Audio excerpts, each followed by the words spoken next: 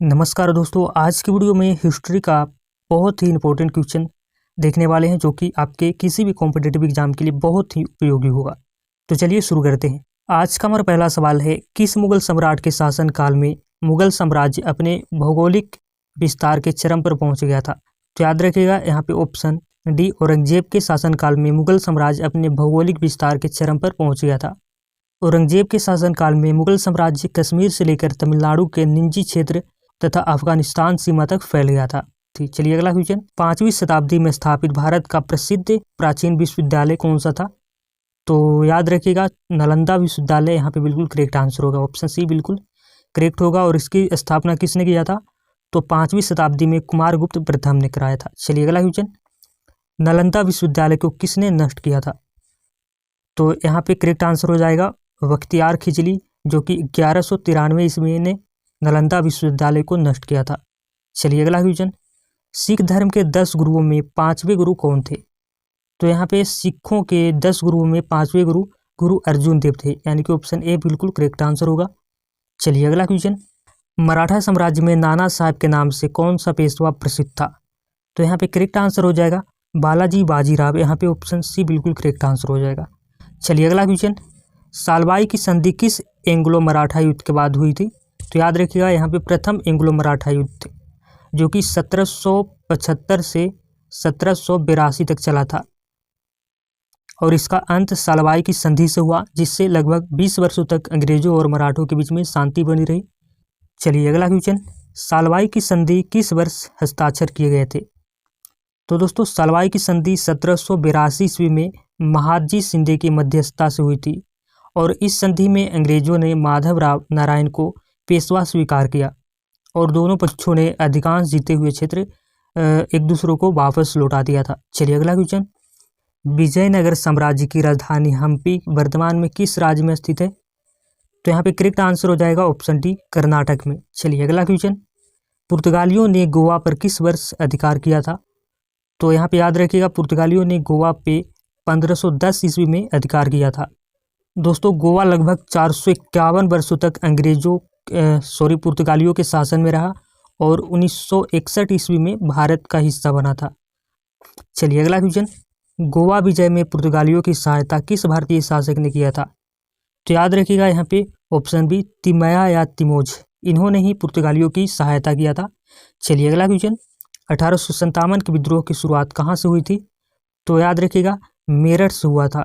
10 मई 1857 को मेरठ से सैनिक विद्रोह शुरू हुआ था। ठीक है, चलिए अगला क्वेश्चन। 1857 के विद्रोह में बिहार का नेतृत्व किसने किया था? तो 1857 के विद्रोह में बिहार का नेतृत्व वीर कुंवर सिंह ने किया था। ऑप्शन सी बिल्कुल करेक्ट आंसर होगा। चलिए अगला क्वेश्चन। सती प्रथा को अवैध घोषित करने वाले गवर्नर जनरल कौन थे? तो यहाँ पे करेक्ट आंसर हो जाएगा option C, Lord William Bentinck. उन्होंने 1829 ईस्वी में राजा राममोहन के प्रयासों से सती प्रथा पर प्रतिबंध लगाया। चलिए अगला क्वेश्चन। नेशनल ह्यूमिलिएशन डे कब मनाया जाता है? तो यहाँ पे याद रखिएगा 6 अप्रैल 1919 को नेशनल ह्यूमिलिएशन डे मनाया जाता है। दोस्तों महात्मा गांधी के आह्वान पर 6 अप्रैल 1919 को रोलेट एक्ट के विरोध में पूरे देश में हड़ताल और प्रदर्शन हुआ था। इस दिन को नेशनल ह्यूमिलिएशन डे कहा जाता है। चलिए अगला क्वेश्चन। भारत का प्रशासन सीधे ब्रिटिश क्राउन के अधीन किस वर्ष चला गया था? तो दोस्तों 1858 के भारत शासन अधिनियम के बाद ईस्ट इंडिया कंपनी का शासन समाप्त हो गया था और भारत सीधे ब्रिटिश क्राउन के अधीन आ गया था। इसके बाद गवर्नर जनरल को वायसराय भी कहा जाने लगा। चलिए अगला क्वेश्चन। मुगल साम्राज्य का सबसे बड़ा प्रांत सूबा कौन सा माना जाता है? तो दोस्तों मुगल काल में बंगाल सबसे समृद्ध और राजस्व देने वाला सूबा था। इसे भारत का स्वर्ग भी कहा जाता था क्योंकि वहाँ व्यापार और कृषि दोनों ही अत्यंत विकसित थे। तो यहाँ पे करेक्ट आंसर क्या हो जाएगा? Option B, Bengal. चलिए अगला क्वेश्चन। नालंदा विश्वविद्यालय की स्थापना किस गुप्त शासक के शासनकाल में हुई मानी जाती है? तो यहाँ पे कुमारगुप्त प्रथम, इन्होंने ही 5वीं शताब्दी में नालंदा विश्वविद्यालय की स्थापना करवाई थी। चलिए अगला क्वेश्चन। 1857 के विद्रोह के दौरान बहादुर शाह जफर को किस स्थान पर भारत का सम्राट घोषित किया जाता है? तो याद रखिएगा दिल्ली का 1857 के विद्रोह के बाद बहादुर शाह को दिल्ली का सम्राट घोषित किया जाता है। चलिए अगला क्वेश्चन। रोलेट एक्ट किस वर्ष पारित किया गया था? तो करेक्ट आंसर हो जाएगा रोलेट एक्ट 1919 में पारित किया गया था। यहाँ पे ऑप्शन सी बिल्कुल करेक्ट आंसर होगा।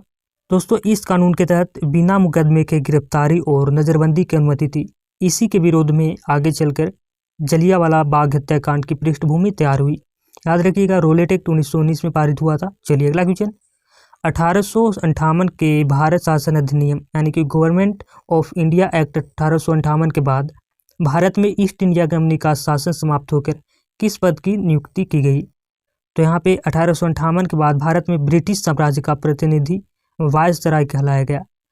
और यहाँ पे याद रखिएगा, लॉर्ड कैनिंग भारत के पहले वायसराय थे। दोस्तों, आज की वीडियो में इतना ही। उम्मीद करते हैं कि आपको कुछ नया सीखने को मिला होगा। मिलते हैं किसी नेक्स्ट वीडियो में, तब तक के लिए जय हिंद, वंदे मातरम।